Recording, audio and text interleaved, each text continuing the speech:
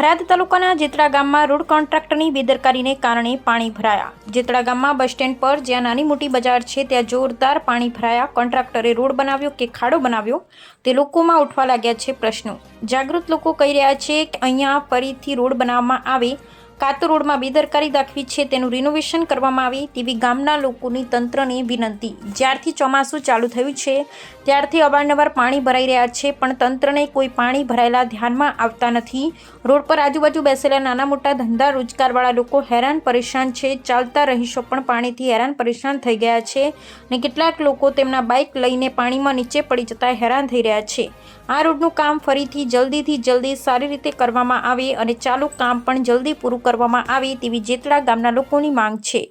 Bureau report શ્રવણ કુમાર દ્વારા થરાદ, બનાસકાંઠા।